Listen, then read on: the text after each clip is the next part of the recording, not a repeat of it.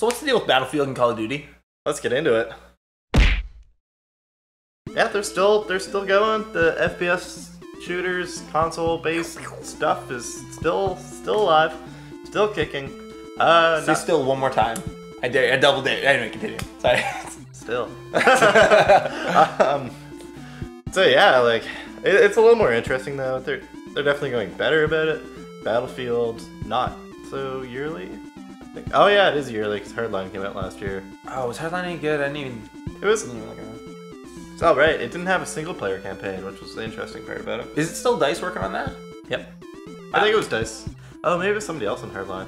Oh, okay. Yeah, I don't recall exactly. I thought I remember hearing it was really broken.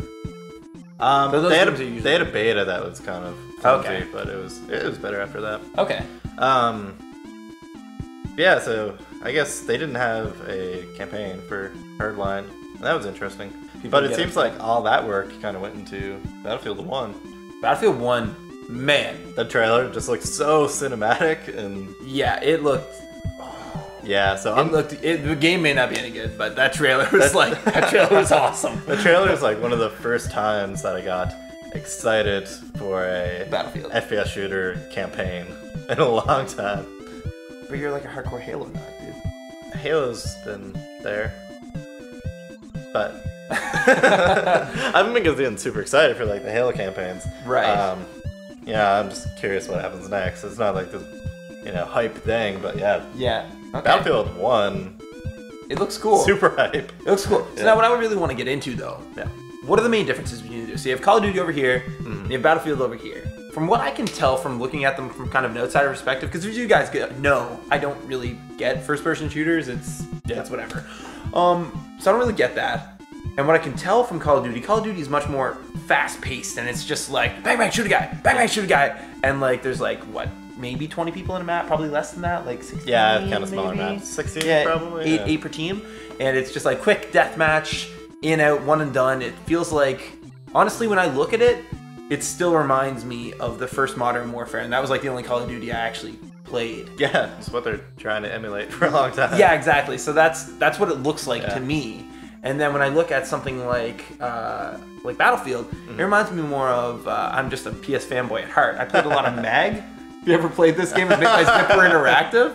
Really good game. One of the few people who did. I thoroughly enjoyed that game. I remember when the server shut down. My brother and I were ticked. We were like, "Why would they shut it down? The game's so awesome." It was like 40 people playing. Yeah. It was the game where you could have 256 people in a map. It was awesome. Crazy. But that's what Battlefield looks like to me. It looks like very large maps. There's the levolution going on, next gen. Basically, the environments change over time. Destructible environments. And it looks. That looks more interesting to me, and there's like vehicles to ride and things like that. So what's the draw for each one, you being someone who's a little more in the know? So Call of Duty is probably easier to just drop in, shoot some people, level up your perks, stuff. Okay, you're doing this, that's the motion for everything, you're just flailing That's Call of Duty. Yeah, okay. That's Call of Duty. In Battlefield, you're like, okay, I'm gonna play. You're like, oh, do I want a 32-person server or a 64-person server?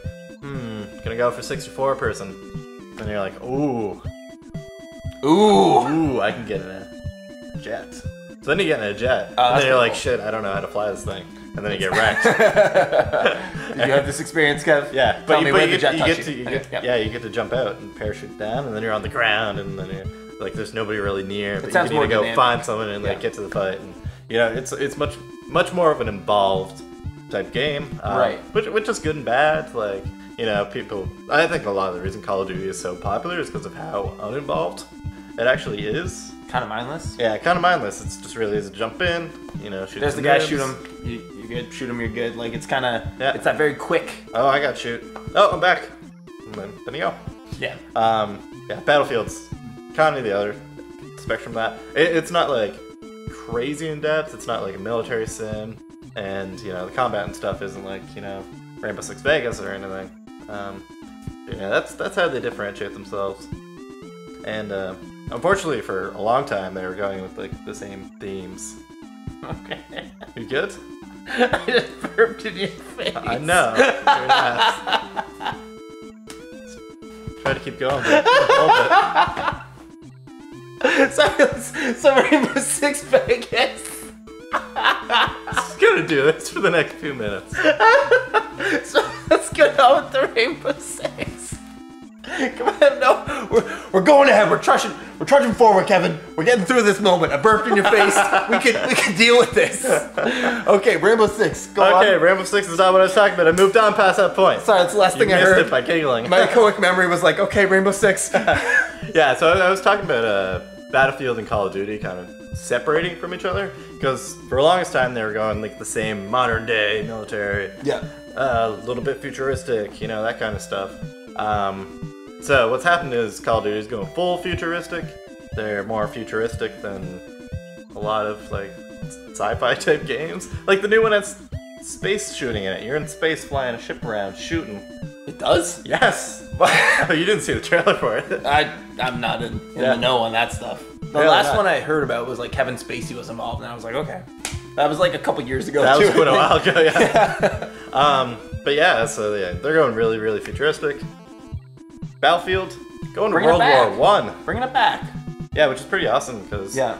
there was a huge like chunk of World War II games, but World War One definitely got like Didn't get as much. Medal of in Honor sick was there. World War One, wasn't it?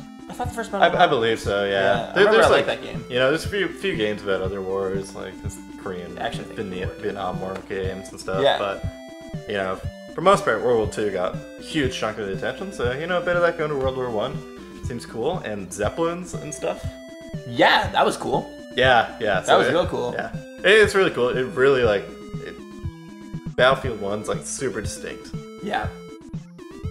Which is definitely a good thing because, you know, the FPS shooters kind of getting all the samey, and it's been a big complaint from people. So it's a good way to change it up. Something I'd want to see coming from totally a not FPS person. Yeah. And it's probably a reason why we're not getting many of these, but like colonial times, like 1776, like that kind of stuff. Like, am I the only person who think that'd be interesting? All right, everybody stand in a line, load your guns, aim them, fire.